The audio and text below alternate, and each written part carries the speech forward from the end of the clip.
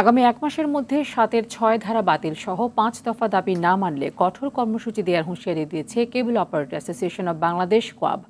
সোমবার রাজধানী লেডিস ক্লাবে 2023-24 অর্থ বছরের বার্ষিক প্রতিবেদন তুলে ধরে এসব হুঁশিয়ারি দেন কোয়াব সভাপতি, সাধারণ সম্পাদক ও অন্যান্য নেতৃবৃন্দ। আরও জানাচ্ছেন শাকিলা করিম। সোমবার রাজধানীর লেডিস ক্লাবে বর্তমান কার্যনির্বাহী কোয়াব কমিটির সভাপতি এবিএম সাইফুল হোসেন সোহেল ও সাধারণ সম্পাদক সৈয়দ মোশাররফ আলী চঞ্চল সহ কোয়াবের নেতৃবৃন্দ 2023-24 অর্থ বছরের বার্ষিক প্রতিবেদন তুলে ধরেন। এ সময় আয় ব্যয়ের হিসাবও তুলে ধরেন তারা। কার্যক্রমের দ্বিতীয় অধিবেশনে কেবল টিভি ব্যবসার বর্তমান প্রেক্ষাপট ও করণীয় শীর্ষক আলোচনা মতবিনিময় সভায় নানা অসঙ্গতির কথা তুলে ধরেন কেবল অপারেটররা।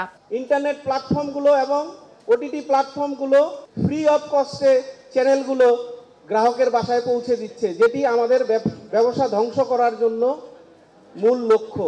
এ সময় কোয়াব কমিটির সভাপতি ABM Saiful Hossain Sohel cable TV act 2006 অনুযায়ী ওটিটি লিনিয়ার টিভি চ্যানেলের সম্প্রচার বন্ধ, বিটিভির লাইসেন্স ফি কমানো সহ 5 দফা দাবি তুলে ধরেন। যে কেবল টিভি সার্ভিসটি প্রচার করা হচ্ছে বিটিআরসি কর্তৃক অনতিবিলম্বে সেটা বন্ধ করতে হবে। বিটিআরসি কর্তৃক প্রণীত 7-এর 6 দ্বারা বাতিল করতে হবে। বিটিভির যে বর্ধিত লাইসেন্স ফি সেটাকে পুনর্নির্ধারণ করতে হবে। এই 5টি দাবির ব্যাপারে আমরা সরকারকে আগামী 1 মাস সময় দিব। সাধারণ সম্পাদক সৈয়দ মোশাররফ আলী চঞ্চল বলেন, বর্তমান রাজনৈতিক পরিস্থিতি কিছুটা নাজুক, ধৈর্য ধরে পরিস্থিতির মোকাবেলা করা জরুরি। ইচ্ছা করলেই কিন্তু এখন সবকিছু করা যাচ্ছে না, আমাদের একটু ধৈর্য ধারণ করে সময়ের জন্য অপেক্ষা করতে হবে।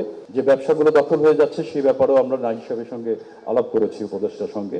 উনি শুনলেন এবং আমাদেরকে একটি মেসেজ দিলেন, কারা কারা করছে তাদের নামের তালিকা করে আমাকে পাঠিয়ে দেন।